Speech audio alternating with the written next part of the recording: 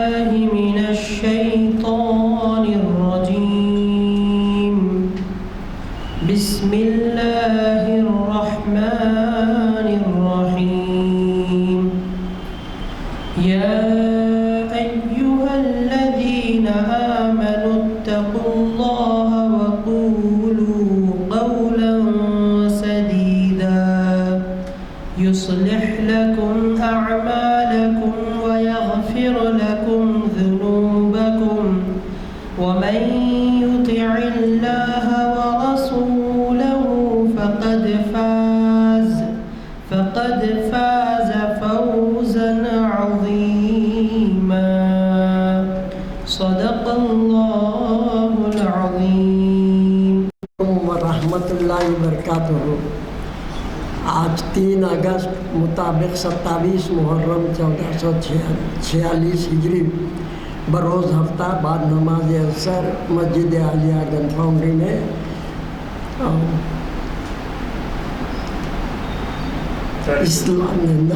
تاریخ اسلام لیکچر کا 1054واں لیکچر ہے. آج کی نشست 1054. اور آج کا عنوان ہے اسلام زندہ ہوتا ہے ہر کربلا کے بعد. اس کو مخاطب فرمائیں گے جناب ڈاکٹر سید حبیب قادری صاحب. پلنٹرم ہونے کے بعد میں یہ چینج ہوا ہے. ڈاکٹر محمد عبدالعلیم صاحب تھے لیکن کچھ معذرت چاہے انہوں آنے سے، تو چونکہ یہ چھپ گئے تھے اطلاع کرتے ہی شارٹ نوٹس پہ آئے ہیں. اور آپ دیکھیے کتنا بہترین جو ہے بغیر اس کے ان کی مہارت کا اندازہ ہوتا ہے کہ جو ہے کم وقت میں جو کسی دوسرے نے ٹاپک دی اور اس پر بولنا یہ بھی ایک آرٹ ہے.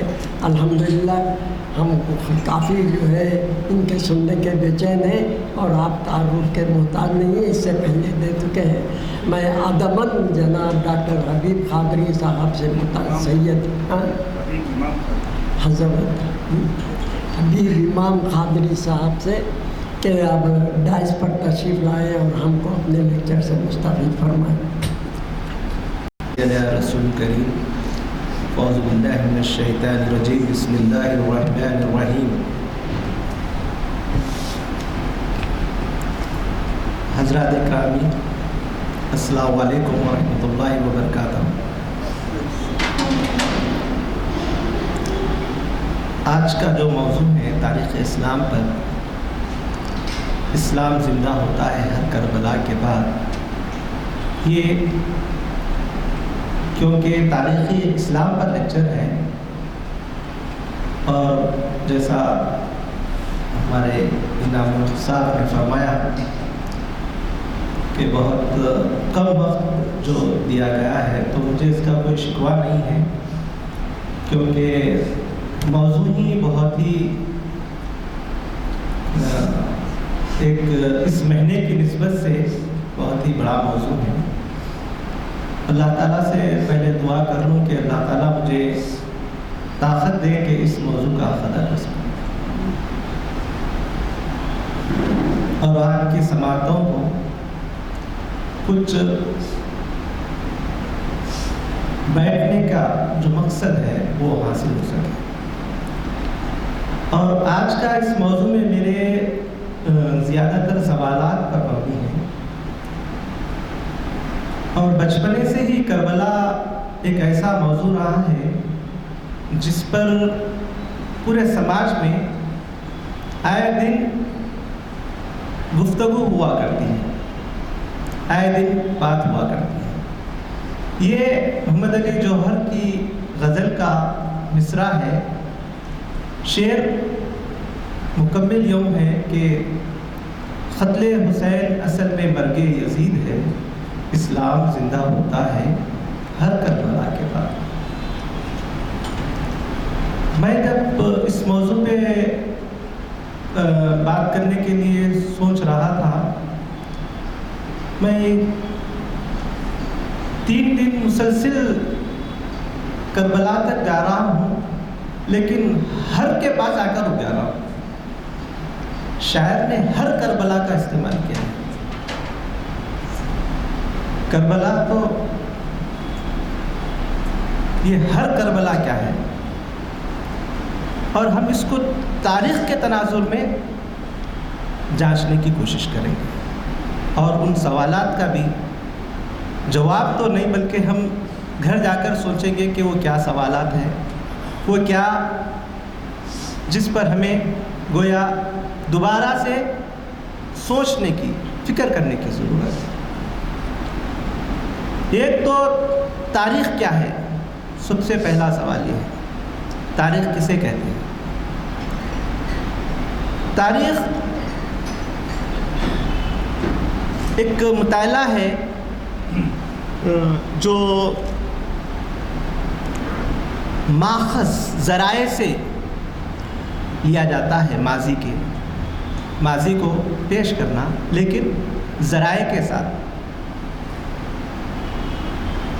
یعنی ہم ہر وہ ماضی تاریخ نہیں ہوتا، ہر ماضی تاریخ نہیں ہوتی، تاریخ وہی ہوتی ہے جو سماج پر اثر انداز ہو، افراد میں، زیادہ افراد میں اس کے بارے میں بات کی جائے، وہی تاریخ ہو سکتی ہے۔ ہر واقعہ تاریخی واقعہ نہیں ہے۔ کربلا کا جو واقعہ ہے تاریخی واقعہ ہے، لیکن ہمیں یہ دیکھنا ہے کہ بھئی اس کا ماخذ کیا ہے، یہ کن ذرائع سے ہمارے پاس آئی ہے، اس کے ریسورس کیا ہے، اس کے اوپر بھی جو ہے ہمیں سوچنے کی ضرورت ہے۔ سب سے پہلے میں اردو شاعری تو آپ اچھی طرح سے واقف ہیں، اردو شاعری میں ایک جو لفظ آتا ہے تلمیحہ، یعنی اشعار میں ایسے واقعے کا ذکر کرنا، ایسے الفاظ کا ذکر کرنا جس سے آپ تاریخ کے گوشوں میں کھو جائیں۔ علامہ اقبال کے کلام میں بہت سارے اشعار ہیں جو تاریخ پر مبنی ہیں۔ آج بھی ہو ابراہیمی ایما پیدا، آگ کر سکتی ہے انداز گلستاں پیدا۔ اگر ہم یہ شعر کہہ دیں تو ہمیں پورا ابراہیم علیہ السلام کے واقعے کو جو ہے ہمارے سامنے پیش ہو جاتا ہے۔ اسی انداز سے یہ جو شعر ہے آپ کو کربلا کی یاد تازہ کرا دیتا ہے۔ پھر میں دوسرا اس موضوع پہ بات کرنے سے پہلے اس جو شعر کے شاعر ہے اس کے متعلق بھی بات کرنا ضروری محسوس کرتا ہوں، کیونکہ جب شاعر شعر کہتا ہے تو وہ اپنے اس وقت کے، اس دور کے حالات کی عکاسی بھی شاعری میں پیش کرتا ہے۔ یہ شعر محمد علی جوہر کا ہے، اور یہ مولانا محمد علی جوہر ہے جنہوں نے ہندوستان کی آزادی کے لیے بہت ہی نڈر پنے سے، بے باک قائد کی حیثیت سے آگے بڑھے، خلافت تحریک کی انہوں نے جو ہے بنیاد رکھی، اور ہندوستان میں آزادی کی جو ہے بنیاد بھی آپ نے رکھی۔ مہاتما گاندھی کو مہاتما کا خطاب بھی آپ ہی کے وسیلے سے دیا گیا ہے۔ بہت ہی بے باک لیڈر تھے، ان کے ذہن میں آزادی، غلامی سے نجات، یہ تصور ان کے سامنے جو ہے تھا۔ ہمیں اس لیے بھی اس بات پر میں نے محمد علی جوہر کو لایا ہے کیونکہ میں خطیب کو اور میں خود جو ہے اس شعر کو صرف کربلا تک ہی محدود سمجھتا تھا۔ لفظ کربلا یہاں پر محمد علی جوہر نے جو استعمال کیا ہے، دو ورڈ ہے، ایک تو ہے مرگ یزید اور دوسرا ہے کربلا۔ دو سے ہمارے کو کربلا کا جو ہے پورا تصور سامنے آ جاتا ہے۔ میں آپ کو کربلا کا جو ہے واقعہ پورا بیان کر سکتا ہوں، لیکن یہاں پہ جو کربلا ہے، ہر کربلا کے بعد اس میں ہر کربلا ایک ایسی چیز ہے جو کربلا سے پہلے بھی جو شہادتیں ہوئی ہیں اور کربلا کے بعد بھی جو شہادتیں ہوئی ہیں، اس کی تمام کا احاطہ کرتا ہے یہ شعر، اس تمام کا۔ یعنی اگر ہم کہیں کہ مرگ یزید جو ہے ایک تمثیلی نام ہے ایسی بادشاہت کا، ایسی حکمران کا جس نے اپنی عوامی رائے کو بالائے طاق رکھ کر خود مختار بادشاہ بن گیا۔ تو کیا یہ یزید ہی تھوڑی تھا؟ اگر ہم تاریخ کے وراث میں تلاش کریں تو ہم کو فرعون بھی نظر آتا ہے۔ فرعون حضرت موسیٰ علیہ السلام جب اس کے دربار میں گئے اور فرعون کا اور موسیٰ علیہ السلام کا جو مکالمہ ہوا، جسے قرآن شریف نے بہت ہی خوبصورت انداز سے بیان کیا ہے کہ موسیٰ کو فرعون نے کہا کہ اگر تم نبی ہو تو کچھ معجزہ کر کے دکھاؤ، اور اس نے اپنے جادوگروں سے رسیاں ڈال دی جو سانپ بن گئی تھی۔ موسیٰ کو اللہ تعالیٰ نے حکم دیا تو موسیٰ علیہ السلام نے اپنی عصا ڈال دی، وہ اژدہا بن گئی اور ان سانپوں کو نگل لیا۔ یہ معجزہ دیکھ کر جادوگر بہت ہی حیران ہو گئے اور انہیں یقین ہو گیا کہ موسیٰ ایک سچے نبی ہیں۔ فرعون کو بھی کہیں نہ کہیں یہ ہو گیا تھا کہ موسیٰ جو ہے ایک نبی ہے، لیکن اس نے ہٹ دھرمی دکھاتے ہوئے کہا کہ موسیٰ تمہارا مذہب سچا ہوگا، تم جاؤ اپنی مذہب کی عبادت کر لو، کیا کرتے کر لو۔ لیکن موسیٰ نے کہا نہیں، یہ زمین اللہ کی ہے، یہاں پہ اللہ کا قانون ہونا چاہیے۔ عبادتیں اللہ کو عبادتیں درکار نہیں ہیں، بلکہ جو زمین اللہ کی ہے اس پہ اللہ کا قانون۔ موسیٰ کا جو مقصد تھا اللہ کی زمین پر اللہ کا قانون، وہی مقصد ہمارے کو امام حسین کے کردار میں نظر آتا ہے کہ اللہ کی اس سرزمین پر جہاں میرے نانا نے دین اسلام کے لیے، اللہ کے قانون کے لیے اپنی زندگی وقف کر دی، مصیبتیں اٹھائی، پریشانیاں اٹھائے، اور ہماری اس دنیا میں اسلامی قانون کو نافذ کیا، اس کی خلاف ورزی ہو رہی ہے، اس کے خلاف آواز اٹھانا یہ امام حسین کا کردار رہا ہے، اور یہ کردار آج بھی ہم دیکھتے ہیں جاری ہے، اور قیامت تک کربلا جو ہے جاری رہے گی۔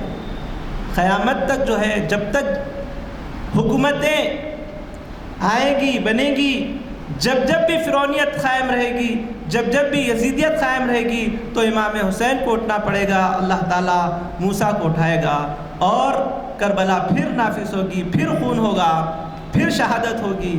لیکن اللہ تعالیٰ کے پیارے نبی کریم صلی اللہ علیہ وسلم نے کہا کہ اللہ کی راہ میں جو شہید ہوتے ہیں وہ مردہ نہیں ہوتے ہیں بلکہ وہ زندہ ہیں، تو ان کا ماتم نہیں کرنا چاہیے۔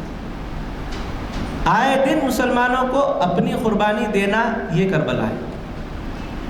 یہ گفتگو کا موضوع میرا یہی ہے کہ کربلا کا جو واقعہ پیش ہوا ہے امام حسین کے ساتھ، آپ کا مقصد کیا تھا؟ آپ کا مقصد، دیکھیے اس میں دو کردار بہت اہم معنی رکھتے ہیں۔ ایک تو ہے یزید کا کردار اس میں یہ ہے کہ وہ ایک خود ساختہ خلافت کا دعویٰ کر دیا، جبکہ حضرت امیر معاویہ رضی اللہ تعالیٰ عنہ نے اسے خلافت دی تھی، لیکن یہ خلافت اس انداز سے نہیں تھی جس انداز سے سابقہ میں حضرت عمر رضی اللہ تعالیٰ عنہ نے اپنے خلیفہ کو چنا تھا، حضرت عثمان کو۔ عوامی رائے کے تحت خلافت کو جو ہے چننے کا رواج اسلام میں حضرت عمر رضی اللہ تعالیٰ عنہ نے ڈالا تھا۔ وہ خلافت کا طریقہ حضرت امیر معاویہ رضی اللہ تعالیٰ عنہ نے نہیں کیا۔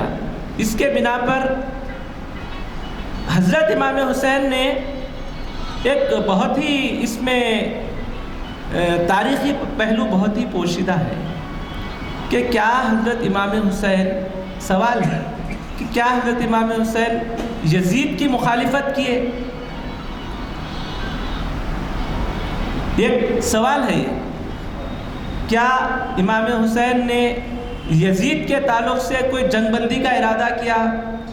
اگر یزید کے تعلق سے جنگ بندی کا ارادہ امام حسین کرتے تو آپ اپنے ساتھ رشتہ داروں کو کبھی نہیں لے جاتے تھے، بلکہ آپ اپنے ساتھ وہ افواج کو لے جاتے تھے جو اس وقت مدینے میں موجود تھی۔ جو اس وقت مکے میں موجود تھی. کئی صحابی تھے، دلیر صحابی تھے، وہ بھی جاتے تھے. دوستو، بہت ہی عجیب داستان ہے کربلا کی کہ ایک شخص اپنے افراد خاندان کے ساتھ سفر کر رہے ہیں اور ہم یہ کہہ رہے ہیں کہ وہ جنگ ہے. کیسی جنگ ہے جس میں نہ کوئی ہتھیار ہے، نہ کوئی فوج ہے. نبی کے نواسے ہیں. امام حسین رضی اللہ تعالیٰ عنہ کے تعلق سے ہزاروں حدیثیں ہم سنتے آئے ہیں کہ آپ کو اللہ کے نبی کریم صلی اللہ علیہ وسلم نے کتنا قریب رکھا تھا، کتنا چاہتے تھے. آپ کو جنتوں کے سردار کہا تھا. آپ کی فضیلت سے کسی کو کوئی انکار نہیں.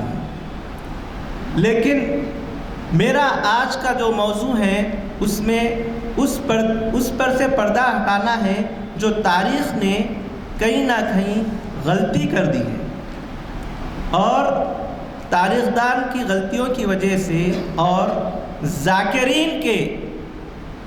ذاکرین مقررین خطاب کرنے والے ان علماء کے بیانات نے اس واقعے میں ایسی رنگت پیدا کر دی ہے، ایسا جذبہ پیدا کر دیا ہے، ایسی کشش پیدا کر دی ہے. ہر کوئی اس واقعے کو صرف ایک موضوع کے تحت ہی سننا پسند کرتا ہے. لیکن اس کی پس پردہ جو تاریخ ہے، اس تاریخ کے اوپر ہمیں سوالات کئی کھڑے ہو جاتے ہیں جو ہمیں سوچنے کی ضرورت ہے. نمبر ایک یہ ہے کہ کیا امام حسین اس وقت جب مدینے سے مکے کو گئے، عمرہ کیے، اس وقت کئی صحابی تھے جنہوں نے آپ کو وہاں پہ روکنے کی کوشش بھی کی، لیکن کئی خطوط ایسے کوفہ سے آ رہے تھے جس کی وجہ سے ہزاروں کے خطوط بیان کرتے ہیں پورے تاریخ دان، چاہے وہ سنی ہو چاہے وہ شیعہ ہو، دونوں طبقے کے تاریخ دان ہزاروں خطوط کا اس میں ذکر کرتے ہیں، جس میں یہ بات بتائی جا رہی ہے کہ امام حسین کو اگر آپ نہیں آئیں گے تو ہم اسلامی ریاست میں بغاوت کر دیں گے. اگر آپ نہیں آئیں گے تو ہم اسلامی ریاست میں بغاوت کر دیں گے. تو یہاں امام حسین کا ایک فرض بنتا ہے بحیثیت مسلمان، آپ اس کے بارے میں معلومات حاصل کریں کہ بھئی آخر ایسی کیا وجہ ہو رہی ہے، ایسی کیا چنگاری پیدا ہو رہی ہے کوفہ میں کہ اسلامی ریاست میں پھر سے وہ خون ریزی ہونے جا رہی ہے جو پچھلے دور میں ہو چکی ہے. اس کے تعلق سے معلومات حاصل کرنا ضروری تھا، اس لیے آپ نے اپنے بھائی مسلم بن عقیل کو وہاں پر روانہ کر دیا تھا. دوستو دیکھیے، یہ موضوع سے تھوڑا میں بازک لے کر آج کے واقعات کے تناظر میں کہوں. آج ہمارا جو کردار ہے اور امام حسین کا جو کردار ہے، وہ چاہتے تو گھر میں بیٹھا رہ سکتے تھے، گھر میں بیٹھ سکتے تھے، آرام سے رہتے تھے. آپ کو وظیفہ بھی جو ہے الحمدللہ پورے صحابہ میں سب سے زیادہ وظیفہ امام حسین کو ملتا تھا. حضرت معاویہ کے دور میں بھی سب سے زیادہ وظیفہ آپ کو دیا جا رہا تھا. یزید بھی ان کا ہی بیٹا تھا، وہ بھی سب سے زیادہ وظیفہ دیتا تھا. لیکن امام حسین نے دیکھا کہ یہ خطوط جو آ رہے ہیں، اس خطوط کی وجہ سے اسلامی ریاست میں آگے جا کے کچھ بہت بڑا ہنگامہ ہو سکتا ہے. اس ہنگامے کو ختم کرنے کے لیے مجھے سفر کرنا ضروری ہے. برائی کو روکنا امام حسین کا مقصد تھا. آج کے تناظر میں اگر دیکھیں، اگر ہم کو پتہ چل جائے تو ہم برائی کو روکنے کے لیے آگے نہیں بڑھتے. ہمارا جو کردار ہے وہ کردار اگر ہم دیکھیں گے اور مدینے کے اس وقت کے لوگوں کا کردار جو دیکھیں گے، مکے کے اس وقت کے لوگوں کا جو کردار دیکھیں گے، اور جنہوں نے بلایا تھا ان لوگوں کا جو کردار دیکھیں گے، تو ہم کو منافقت کی بو آتی ہے. دوست، آپ بلا کر خاموش ہو جانا، بلا کر چپ ہو جانا، یہی یزیدیت ہے. یزیدیت یہ نہیں ہے، بلکہ آپ نے بلا کر خاموش ہو جانا، برائی کو دیکھ کر خاموش ہو جانا. آج ہم سوسائٹی میں دیکھتے ہیں کسی بھی معاشرے میں اب 42 یہ مہینے، جولائی کے مہینے میں 42 لوگوں کا قتل ہوا، 42 افراد کا قتل ہوا۔ آپ بتائیے کہ معاشرے کا کون سا آدمی نے اس کی روک تھام کے لیے کیا کوشش کی؟ کیا کسی نے گھر سے نکلنے کا ارادہ ظاہر کیا کہ بھائی یہ قتل عام کو روکنا چاہیے؟ بلکہ میں جہاں تک اس زاویے سے سوچتا ہوں، اگر کسی محلے میں کوئی قاتل ہے تو اس کی سب سے زیادہ عزت ہم لوگ کرتے ہیں، سب سے زیادہ عزت۔ امام صاحب بھی مسجد کے سلام کرتے ہیں۔ موصوف جو ہے قتل کر کے جیل کو جا کر جب آتے ہیں آپ کے بیل لے کر، ان کے معاشرے میں امام صاحب بھی کرتے، مدرسے کے معلم بھی کرتے، محلے کا ہر آدمی کرتا، یعنی اس کے نفس کو موٹا کرنے والے ہم لوگ ہیں اور اس کو طاقت دینے والے ہم لوگ ہیں، اس کو برائی سے ابھارنے والے ہم لوگ ہیں۔ یہ ہے یزیدیت کردار، اور امام حسین کا وہ کردار ہے جنہوں نے دیکھا کہ ایک تو یزید خلیفہ بن بیٹھے ہیں، دوسرا جو ہے کوفے والے، یہ دونوں میں اگر جنگ ہو جائے گی تو پھر سے وہ خون ہوگا جس میں کئی حفاظ شہید ہوئے تھے جنگ جمل کے دوران۔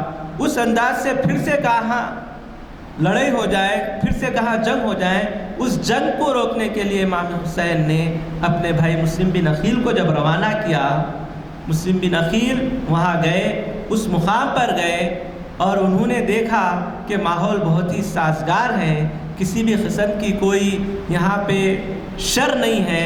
انہوں نے اپنے بھائی کو خط لکھا کہ یہاں کا ماحول بہت صاف ہے، پاک ہے، آپ یہاں آئیے، آ کر ان لوگوں سے بات کیجئے، بغاوت کیجئے بول کر مسلم بن عقیل کے بھی خط میں نہیں ہے۔ یزید کے خلاف ہمیں لڑنا ہے بول کر مسلم بن عقیل کے خط میں نہیں ہے، بلکہ یہ ہے آئیے ان سے بات کیجئے۔ تو گھر سے نکلنا امام حسین کا برائی کو ختم کرنے کے مقصد کے تحت، اور کوفی والوں کا بلانا شر تھا۔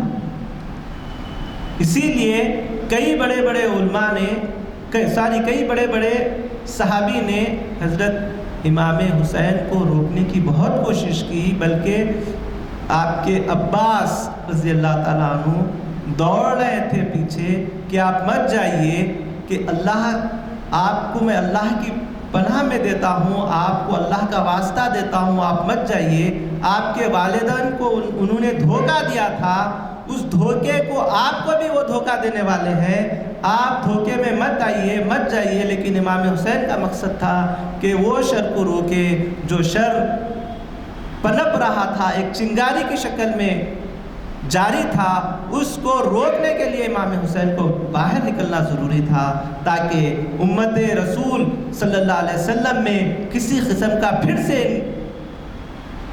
خون ریزی، کسی قسم کی پھر سے خون ریزی نہ ہو۔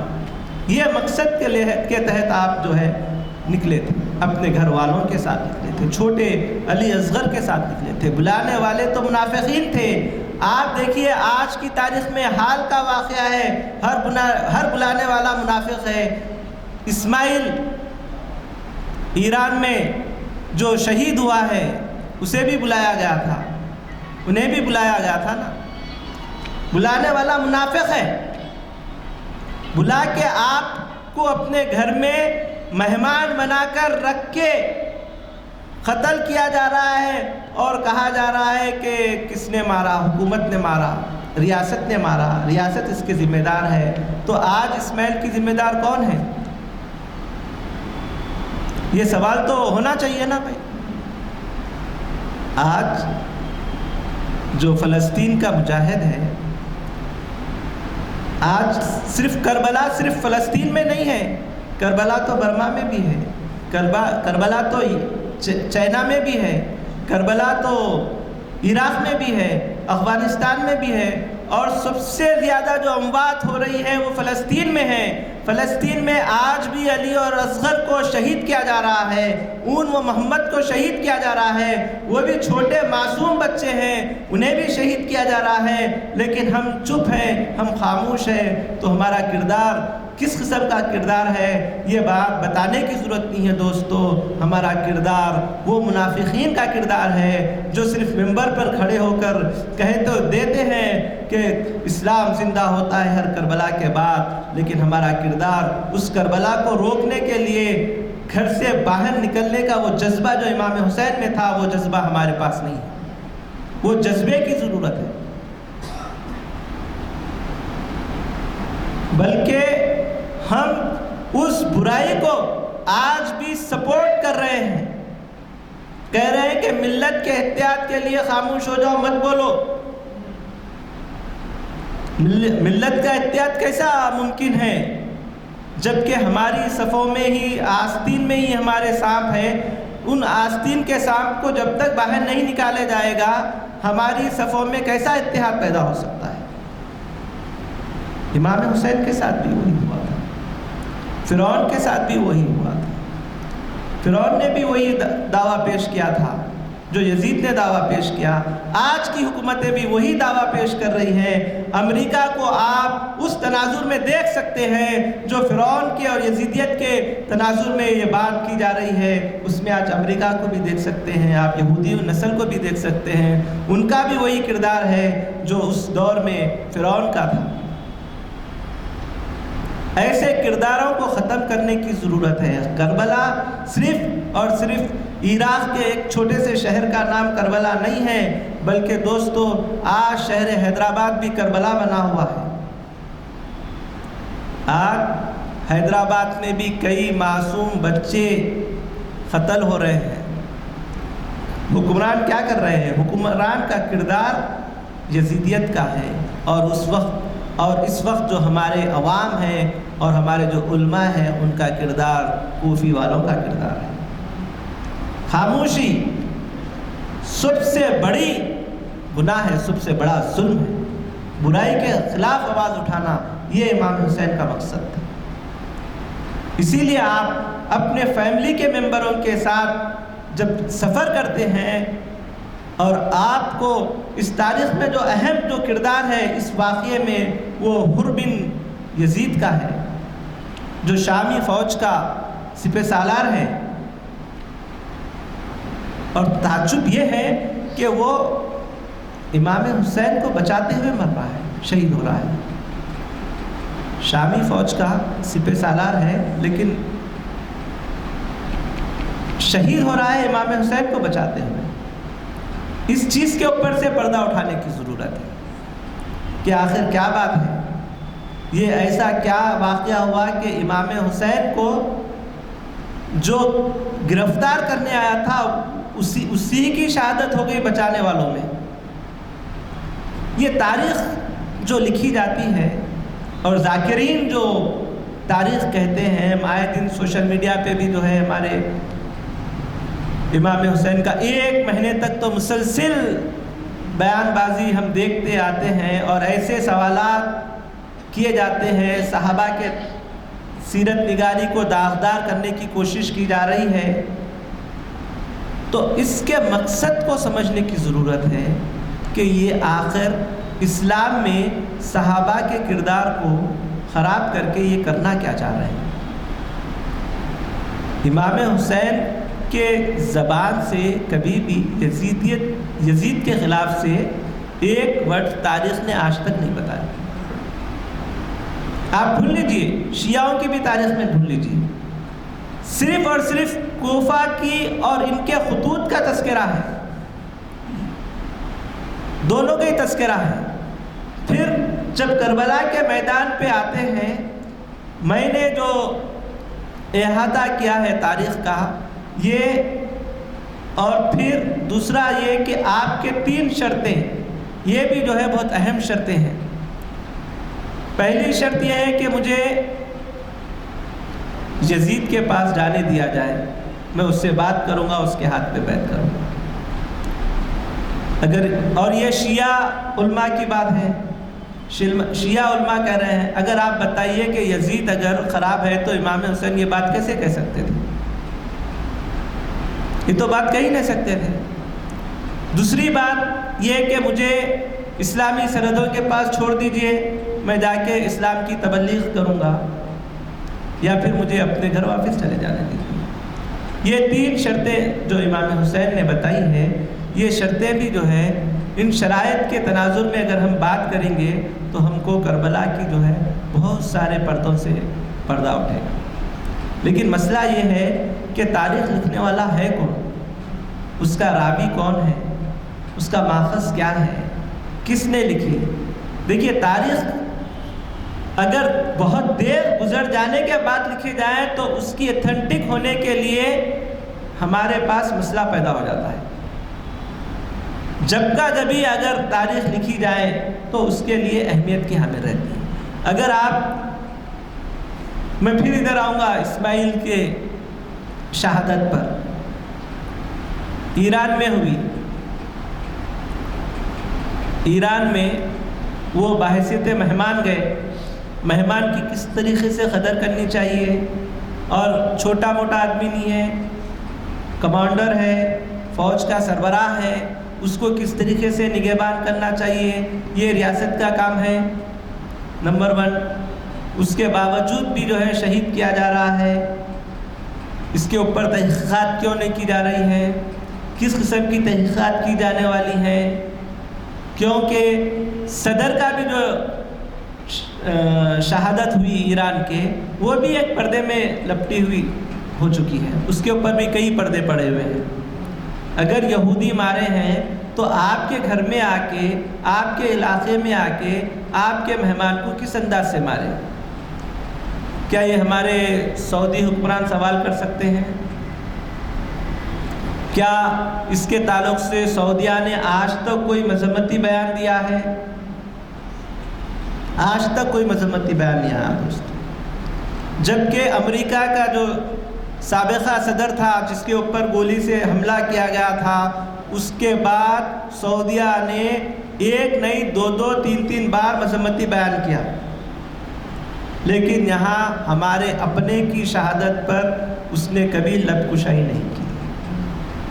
اسی انداز سے آپ اس دور میں دیکھیے، تاریخ اپنے آپ کو پلٹا رہی ہے، تاریخ اپنے آپ کو دہرا رہی ہے کہ آج بھی منافقت قائم ہے مسلمانوں میں، کہ ہمارے اپنے جب شہید ہو جاتے ہیں، ہمارے اپنے جب کربلا میں پیاسے شہید ہو جاتے ہیں، اس کے بعد ہم لوگ خاموش ہو رہے ہیں، صرف ماتم سے کام لیا جاتا ہے، رونے دھونے سے کام لیا جاتا ہے، رونے دھونے اور ماتم سے کچھ ہونے والا نہیں۔ حضرت امیر حمزہ کی بھی شہادت بہت عظیم شہادت ہے، اللہ کے نبی کریم صلی اللہ علیہ وسلم نے اس شہادت کو عظیم شہداء میں ان کا شمار کیا ہے، لیکن آپ نے کبھی ان کا ماتم نہیں کیا۔ آج جو ماتم کیا جا رہا ہے، اور ہم بھی جو ہے ان کے ساتھ کہیں نہ کہیں شریک ہو رہے ہیں، لیکن تاریخ کی حقائق کو ہم اٹھانے سے آج بھی قاصر ہیں۔ امام حسین کا جو ہے مقصد بہت عظیم مقصد ہے، اور وہ مقصد ہے یونٹی، اتحاد کو قائم رکھنا ہے۔ وہ نہیں چاہتے تھے کہ حضرت علی رضی اللہ تعالیٰ عنہ اور حضرت معاویہ میں جس انداز سے خون ریزی ہوئی، ہزاروں کی تعداد میں حفاظ شہید ہو گئے ہیں، پھر سے وہی تاریخ نہ دہرائی جائے اور مسلمان ہی مسلمان کا خون کا پیاسا نہ ہو جائے۔ اس زاویے سے غالباً کسی نے سوچا ہی نہیں ہوگا کہ امام حسین کا مقصد یہ بھی ہو سکتا ہے، غالباً میں غلط بھی ہو سکتا ہوں، لیکن کیونکہ مجھے موضوع دیا گیا تھا اور میں اس شعر کی باریکی پر نوٹ کر رہا تھا، تو مجھے یہی نظر آیا کہ ہر کربلا جو ہے حضرت آدم علیہ السلام کے بیٹے، جو پہلا انسان زمین میں جسے قتل کیا گیا تھا، جسے شہید کیا گیا تھا، وہاں سے لے کر آج کے دور میں جو شہادتیں ہو رہی ہیں، اللہ کے لیے، اللہ کے قانون کے لیے، اللہ کی مرضی کے لیے، اللہ کے آئین کو قائم کرنے کے لیے، وہ تمام کے تمام کرب و بلا کے تحت آتے ہیں میرے نزدیک۔ اور شہداء کا کیا مرتبہ ہے یہ تو کبھی اور بیان کیا جائے گا، لیکن یہاں مقصد یہی ہے کہ خاموشی سب سے بڑا گناہ ہے۔ آج کربلا نہیں ہوتا تھا اگر مدینے اور مکے کے لوگ امام حسین کے ساتھ کھڑے ہوتے تھے، ان کے شہادت پر آواز اٹھاتے تھے، تو پھر کسی کو بھی یہ حکم نہیں تھا، کسی میں بھی یہ جرات پیدا نہیں ہو سکتی تھی کہ مسلمان کے تعلق سے آنکھ اٹھا کر دیکھیں۔ لیکن اس دور کے لوگ خاموش رہے۔ آج ہم بھی دیکھیے، آج ہم بھی خاموش ہیں، ہر برائی پہ ہم خاموش ہو جاتے ہیں۔ بس ہمیں حدیث مل گئی ہے کہ بھائی آپ برائی کو دیکھو تو آپ میں طاقت نہیں ہے، تو بس دل میں سوچ لو، تو ہم بھی دل میں سوچ لیتے ہیں اور خاموش ہو جاتے ہیں۔ لیکن امام حسین وہ حضرت علی رضی اللہ تعالیٰ عنہ کے فرزند، حضور صلی اللہ علیہ وسلم کے نواسے، وہ دل میں کیسا برائی کو سوچ سکتے تھے؟ وہ برائی کو کس طریقے سے پنپنے دے سکتے تھے؟ وہ برائی کو پنپنے دینے والی شخصیتیں نہیں تھی۔ انہوں نے سمجھا کہ اتحاد کے لیے مجھے گھر سے نکلنا ہے، اور وہ نکل چکے تھے۔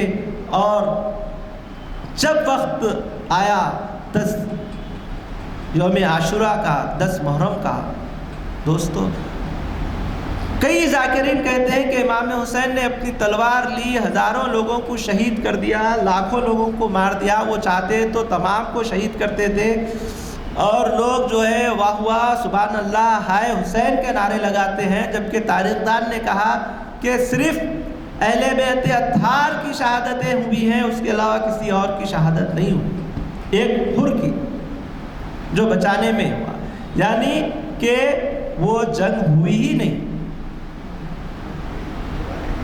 جنگ کے لیے تو 2 افواج ہونا ضروری ہے، وہاں تو فوج ہی نہیں تھی امام حسین کے لیے، تو جنگ کیسی ہوئی؟ نہ امام حسین نے کسی کو شہید کیا۔ میں یہ سمجھتا ہوں کہ امام حسین کو اگر موقع بھی ملتا تو امت کے آدمی کے اوپر ہاتھ نہیں اٹھاتے تھے، تلوار نہیں اٹھانا چاہتے تھے۔ ہم اٹھا دیتے ہیں تلواریں، ہم اٹھا دیتے ہیں چاقویں۔ میرے نبی کریم صلی اللہ علیہ وسلم نے فرمایا کہ ایک مسلمان سے دوسرا مسلمان محفوظ رہیں، ایک مسلمان دوسرے مسلمان کے لیے نرم ہو اور کافر کے لیے سخت ہو۔ تو امام حسین کیسا لوگوں کو مارتے تھے، کیسا لوگوں کو قتل کر سکتے تھے؟ ان کا ارادہ قتل کرنے کا تھا ہی نہیں۔ وہ تو کوفی والوں کی بغاوت کا شکار ہو گئے۔ انہوں نے محسوس کیا کہ امام حسین کا ارادہ تو یزید کے پاس جانا ہے، وہ یزید کے پاس جائیں گے، اور یہ تمام خطوط جو ہم نے لکھے ہیں یہ یزید کے دربار میں یزید کو دکھا دیں گے، اور یزید جب یہ خطوط دیکھے گا اور اس خطوط میں جب ہمارے نام دیکھے گا تو وہ ہمارے اوپر غضبناک ہو جائے گا، ہمیں قتل کر دے گا۔ اس لیے انہوں نے امام حسین کو شہید کر دیا، اس کے بعد ان خطوطوں کو بھی جلا دیا، خیموں کو جلا دیا گیا۔ آج تک تاریخ میں وہ خطوط ملے ہی نہیں جو کوفہ والوں نے لکھے تھے، کیونکہ وہ تمام کے تمام خطوط کو جلا دیا گیا۔ آپ بتائیے، یہ سازشیں جو رچی جا رہی ہیں یہ اب سے نہیں، بلکہ ہم تاریخ کو اگر ہم تھوڑا پیچھے ہٹ کے دیکھتے ہیں، پیچھے جا کر دیکھتے ہیں، تو ہمیں حضرت عثمان رضی اللہ تعالیٰ عنہ کی شہادت بھی نظر آتی ہے۔ 40 دن تک آپ گھر میں بند ہیں، آپ کے کنویں سے ہی آپ کو پانی نہیں دیا جا رہا، آپ خلیفہ ہیں، خلیفہ وقت ہیں، آپ کے ہاتھ میں اسلامی فوج ہے جو حال میں بڑے بڑے ریاستوں کو فتح کر کے آئے ہوئی ہیں۔ اتنی بڑی فوج ہونے کے باوجود 40 دن تک آپ اپنے ہی گھر میں قید رہے اور اسی میں آپ کو شہادت نصیب ہو گئی۔ تو دوستو، کیا حضرت عثمان نہیں خواہش مند نہیں تھے کہ وہ جیے، زندگی گزارے؟ وہ چاہتے تو فوج کو بلاتے اور ان باغیوں کی سرکوبی کر سکتے تھے، کیوں نہیں کیے؟ زندگی تو بڑی نعمت ہے، حضرت علی آپ کے پاس جا کر بار بار فرما رہے ہیں کہ آپ حکم دیجئے، میں وہ دستہ جو حال میں روم کے پاس جا کر آیا ہے میں اسے بلا لوں اور یہ باغیوں کو ہم ستائیں گے، قتل کر دیں گے، ان باغیوں کو یہاں سے بھگا دیں گے۔ تو آپ فرماتے ہیں کہ میں سرزمین مدینے میں خون نہیں دیکھنا چاہتا مسلمان۔ حضرت علی رضی اللہ تعالیٰ عنہ نے دیکھا کہ حضرت عثمان رضی اللہ تعالیٰ عنہ وقت خلیفہ کو شہید کر دیا گیا ہے، آپ بھی نہیں چاہتے تھے کہ مدینے میں خون ہو، اسی لیے آپ کوفہ چلے گئے، وہاں اس کوفہ کی سرزمین کو صدر مقام بنا لیا۔ لیکن دوستو آپ دیکھیے تاریخ کے ان پہلوؤں کو بھی اٹھا کے انہی کوفہ والوں نے حضرت علی رضی اللہ تعالیٰ عنہ کا ساتھ نہیں دیا، بلکہ آپ کو کافر کے فتوے لگا دیے اور آپ کو اکسایا کہ حضرت امیر معاویہ رضی اللہ تعالیٰ عنہ سے جنگ کرے ورنہ آپ کافر ہیں۔ یہ سازشیں تھیں یہودی و نصارہ کی تاکہ اسلام میں کسی طریقے سے تفرقہ پیدا کر دیا جائے، کیونکہ اسلام ایک ایسا مذہب ہے جس میں وحدانیت کی جو تعلیم دی گئی ہے بہت ہی پختہ ہے، اسے ہم کسی بھی طریقے سے نہیں ہٹا سکتے۔ اس کے لیے ہم کو رسول اللہ صلی اللہ علیہ وسلم سے بھی لوگوں کو محبت ہے، لیکن ہم کو اب کیا کرنا ہے، ہم کو اہل بیت کا سہارا لینا ہے۔ تو بنو امیہ کے اس دور کو داغدار کر دیا گیا، 100 سالہ دور کو، جس میں اسلامی فتوحات کی عظیم فتوحات ہوئے اور ایسے روایتیں گڑھ دی گئی ہیں جس میں یہ بتانے کی کوشش کی گئی ہے کہ صحابی رسول نعوذ باللہ بہت ہی بد کردار آدمی تھے، دغاباز تھے، رسول اللہ صلی اللہ علیہ وسلم نے انہوں نے دغا دیا۔ یہی لوگ، یہی جھرمٹ تھا، یہی قافلہ تھا جو حضرت علی رضی اللہ تعالیٰ عنہ کو شہید کرنے کے بعد بھی خاموش نہیں رہا، بلکہ وہ اہل بیت کا پیچھا کرتا رہا۔ حضور صلی اللہ علیہ وسلم سے اس کو اتنی دشمنی تھی کہ اس قافلے نے، اس ٹکڑے نے جب تک کہ امام حسین کو شہید نہیں کیا اس کو چین نہیں ملا، اس کو سکون نہیں ملا، اور اس کے لیے اس منافقین نے بہت اہم کردار ادا کیا ہے۔ دوست خطوط تو جل گئے، تاریخ میں وہ چیزیں پوری کی پوری دب کے رہ گئی۔ ہمیں اس سے اب کیا سبق لینا ہے یہ بات بہت امپورٹنٹ ہے، اور ملت کے علماء کو اس جانب بھی بہت توجہ دینے کی ضرورت ہے کہ بھئی یہ کربلا کا جو واقعہ ہوا ہے بہت عظیم ثانیہ ہے، اس سے ہمیں کیا چیزیں لینی چاہیے، کیا چیزیں اخذ کرنی چاہیے۔ اس میں سب سے اہم چیز جو ہمیں لینی چاہیے وہ ہے دشمنوں کی سازش سے غافل نہیں رہنا چاہیے۔ جب تک ہم دشمنوں کی سازش سے غافل رہیں گے ہمارے یہی حالات ہوتے رہیں گے۔ کربلا میں حسین بار بار شہید ہوتے رہیں گے، کربلا ہر ریاست میں ہوتا رہے گا، ہو رہا ہے۔ ہندوستان کے حالات کم و بیش اسی انداز سے جا رہے ہیں۔ آپ صاحب عقل و فہم ہیں، آپ خود سمجھ رہے ہوں گے کہ ہمارے حالات کس انداز سے جو ہے اب ڈاؤن ہوتے جا رہے ہیں۔ نوجوان بچے آئے دن شہید کر دیے جا رہے ہیں، اور ہمارے پاس جو ہے صرف اور صرف بیان بازی کے علاوہ کچھ نہیں، کوئی حکمت عملی ہم تیاری نہیں کر رہے ہیں۔ کتنے نوجوانوں کو جو ہے گو رکشک کے نام پر قتل کر دیا جا رہا ہے، کتنے لوگوں کو جو ہے ماب لنچنگ کے نام پر قتل کیا جا رہا ہے۔ اس کے تعلق سے آپ کے علماء کرام کیا چیز پیش کر رہے ہیں، کیا حکمت عملی اپنا رہے ہیں، ہمارے کو کس انداز سے اس ملک میں رہنا ہے، کس انداز سے ہمارے کو کام کرنا ہے، اس تعلق سے آپ کے علماء کرام کا کیا کردار ہے، آپ کا کیا کردار ہے، ہمارے نوجوان کا کیا کردار ہے۔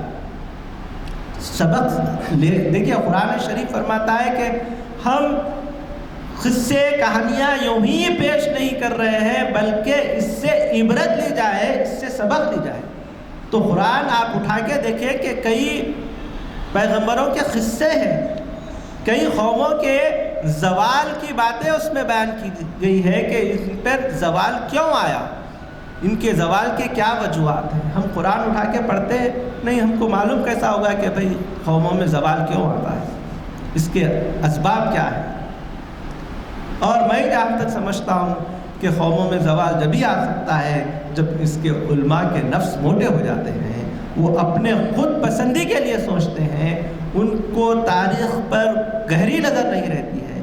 ہمارے علماء کی تاریخ پر گہری نظر نہیں ہے، بلکہ وہ اغیار کے وہ جاہل ذاکرین جو لوگوں کو خوش کرنے کے لیے، لوگوں کو نفس کو موٹا کرنے کے لیے بیان بازی کرتے جاتے ہیں، ہم ان کو سن کر یہ سمجھ جاتے ہیں کہ بھائی ہم تو مظلوم ہو چکے ہیں۔ نہیں، اگر ہم مظلوم ہوتے تو آج امام حسین کا یہاں نام نہیں لیا جاتا۔ مظلوموں کا نام کون لیتا ہے؟ مظلوموں کا نام تاریخ میں نہیں لکھا جاتا، بلکہ بہادر لوگوں کا نام لکھا جاتا ہے جو اپنے گھر کو، اپنے بیوی بچوں کو چھوڑ کر میدان میں نکل جائیں، وہ لوگوں کے نام تاریخ لکھتی ہے۔ تو امام حسین تو گھر بار کو لے کر گئے تھے، تو وہ مظلوم نہیں ہے، بلکہ وہ تو بہادر ہیں۔ ان کی بہادری کی ضرورت ہے۔ فرعون کے دربار میں موسیٰ کا اپنے بھائی کے ساتھ چلے جانا، یہ بہادری ہے۔ یہ نہیں دیکھے کہ میں اکیلا ہوں، یہاں تو پوری فوج ہے۔ حکومت کے خلاف آواز اٹھانا، یہ بہادری ہے۔ مصلحت پسندی اسلام میں نام کی کوئی چیز نہیں ہے۔ ہم مصلحت کے نام پر آج اپنے آپ کو ذلیل کرتے جا رہے ہیں، اور اس میں ہمارے علماء کرام، ہمارے سیاسی قائدین بڑھ چڑھ کر حصہ لے رہے ہیں۔ ہندوستان میں تو سیاسی قائدین کی موت ہو چکی ہے۔ عالمی تناظر میں اگر ہم دیکھیں گے تو وہاں پہ بھی جو ہے کچھ حالات صحیح نہیں ہیں۔ 57 کنٹری ہونے کے باوجود بھی ایک چھوٹے سی کنٹری کے اوپر ہم جو ہے دبدبہ قائم نہیں کر رہے ہیں۔ اس کی وجہ کیا ہے؟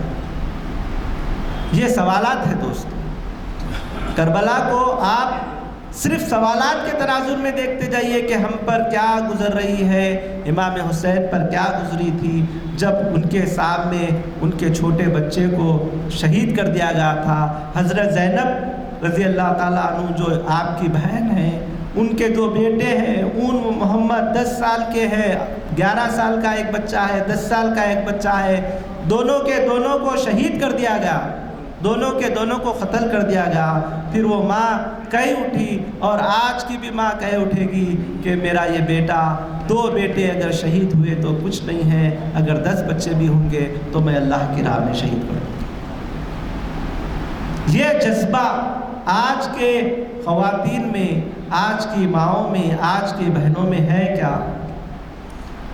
یہ حسینی جذبہ ہے، یہ اہل بیت کا جذبہ ہے جو قیامت تک کے لوگوں کے لیے ایک نشانی دے گیا ہے کہ ظالم حکومتوں کے خلاف آواز بھی اٹھانا ہے، لیکن سازشوں سے بچنا ہے، سازشوں سے بھی بچنا ہے۔ یہاں حکومت کے خلاف صرف آواز بھی نہیں اٹھانا ہے، بلکہ سازش سے بھی بچنا ہے، کیونکہ سازشیں ہی ہمیں لے ڈوب رہی ہیں۔ سازشوں کو کچلنے کا کام ہم کو کرنا ہے، حکمت عملیہ تیار کرنا ہے، نئی نئی سوچ ہم میں پیدا کرنا ہے، نئے مفکرین ہمیں لانے کی ضرورت ہے، تاکہ ہم اپنا جائزہ لے سکیں کہ ہماری جو تاریخی حالات ہے وہ کس انداز سے عروج پر تھی اور آج ہمارے زوال کے کیا اسباب ہے۔ یہ بات ہم کو کرنے کی ضرورت ہے۔ ماتم کرنے کا وقت ختم ہو چکا ہے۔ حضرت امیر حمزہ رضی اللہ تعالیٰ عنہ کا ماتم نہیں ہوا، کب تک ماتم کریں؟ ہمیں تو اپنے یہ اسلام وہ شجر ہے جس کو خون کی ضرورت ہے اور خون دیتے رہنا ہے۔ جب اس کو خون دیں گے تو یہ شجر ہرا بھرا رہے گا، تازہ رہے گا، اور اس سے دنیا فیضیاب ہوتے رہے گی۔ اور آپ کا خون بھی یہ رائے گا نہیں جائے گا دوستو، بلکہ یہ خون آپ کو کل قیامت میں اللہ کے نبی کریم صلی اللہ علیہ وسلم کے ساتھ بہتر اجر کے ساتھ ملنے والا ہے۔ بہتر اجر آپ کو ملنے والا ہے۔ اللہ کی راہ میں شہید ہونا بہت بڑی بات ہے۔ ہم 10 روپے کے واسطے خطر، 10 روپے کے معاملی جھگڑوں میں خطر، حق کے لیے ہماری آواز نہیں اٹھ رہی ہے، ناحق ہم یوں ہی قتل ہوتے جا رہے ہیں۔ اس کی وجہ جہالت، ہمارے درمیان سے جہالت کو نکالنا ہوگا۔ ہماری قوم ان پڑھ ہوتے جا رہی ہے، تعلیم سے ہم بیزار ہو چکے ہیں، ہم اب ہمارے اسلاف کی تاریخ سے بھی بیزار ہو چکے ہیں۔ ہمیں صرف تاریخ اس لیے پسند ہے کہ یہ ہم کو مزہ دیتی ہے، ہمارے دل کو لبھاتی ہے۔ کوئی مقرر ایسی بات کہیں کہ ہمارا دل خوش ہو جائے، ہمیں فخر محسوس ہو جائے، ہم اپنے اسلاف پہ فخر کرنے والے ہیں بس۔ علامہ اقبال کا وہ شعر ہے کہ تھے وہ تمہارے آب و اجداد، تم کیا ہو ہاتھ پر ہاتھ دھرے فریادی۔ ہم بس فریاد کرنے والے ہیں، اپنے اسلاف پر جو ہے فخر کرنے والے ہیں، ہمارے پاس کچھ اور ہے ہی نہیں۔ تاریخ کربلا سے سبق لینے کی ضرورت ہے، اور وہ سبق ہے جس کے متعلق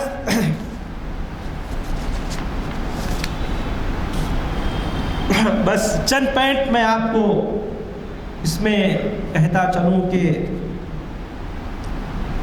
ہماری صفوں کو کھنگالنے کی ضرورت ہے۔ سب سے پہلے نمبر 1 کہ ہم کس کے ساتھ بیٹھ رہے ہیں، ہماری بیٹھک کہاں ہو رہی ہے، ہم کو کس کے ساتھ بیٹھنا چاہیے۔ ہم سے مراد ہم خود نہیں ہیں بلکہ ہمارے بچے بھی ہیں، ہمارے بچوں کو ہم کہاں بٹھا رہے ہیں، کیونکہ ہماری سوچ ہمارے بیٹھک کے حساب سے ہوتی ہے دوستو۔ ہم جہاں بیٹھیں گے ہماری سوچ بھی اسی انداز سے ہونے والی ہے، تو ہمیں اپنے بچوں کی سوچ بدلنا ہوگا۔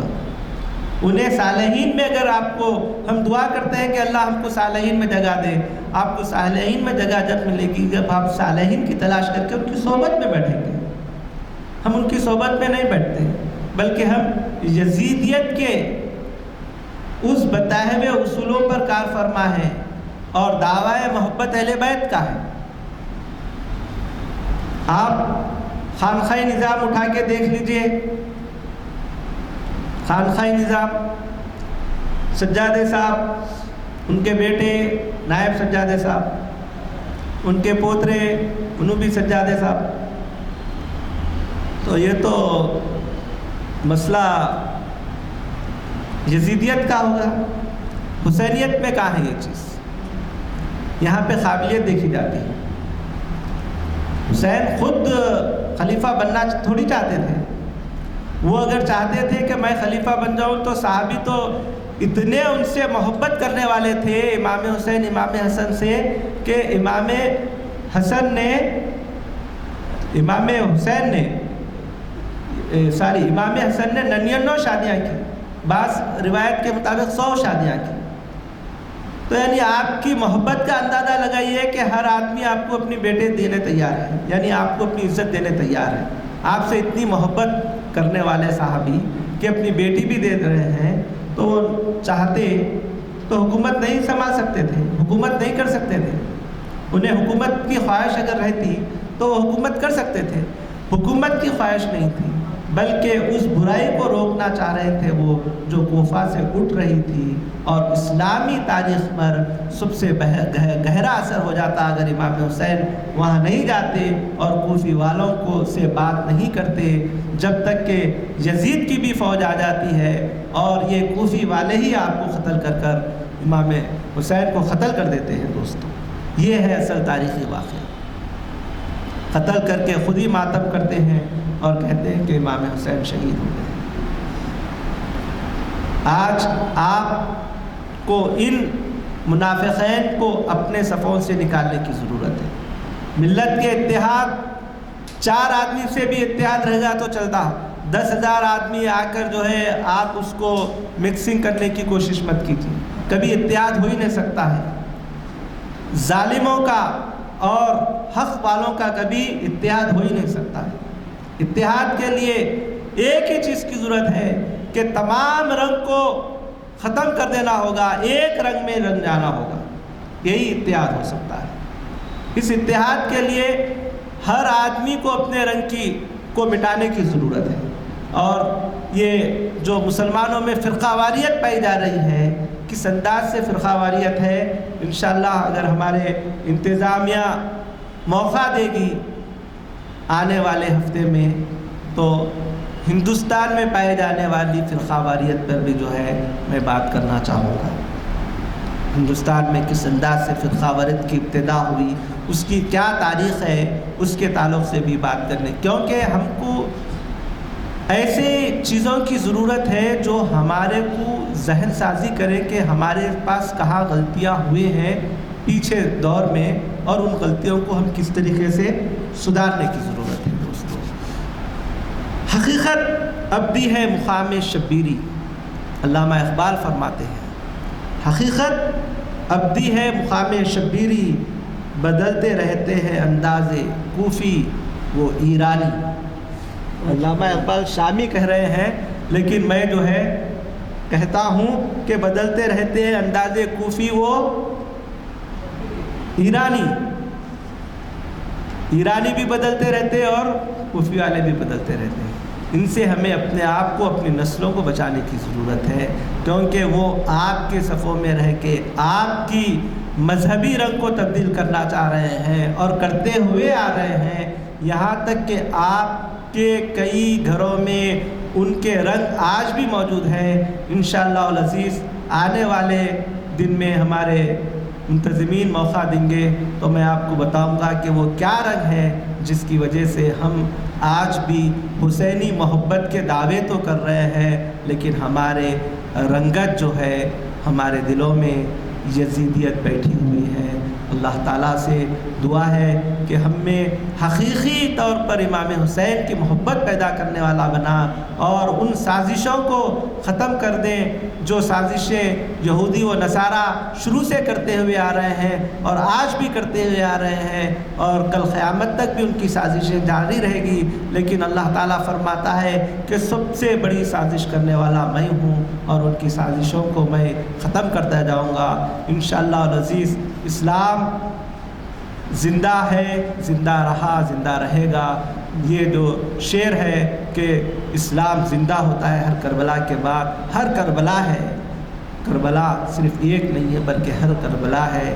جبھی بھی اسلام کے نام پر کوئی نوجوان شہید ہوگا، کوئی سپہ سالار شہید ہوگا، تو اس وقت اسلام زندہ ہوگا۔ دوستو بہت بہت شکریہ، السلام علیکم ورحمۃ اللہ وبرکاتہ۔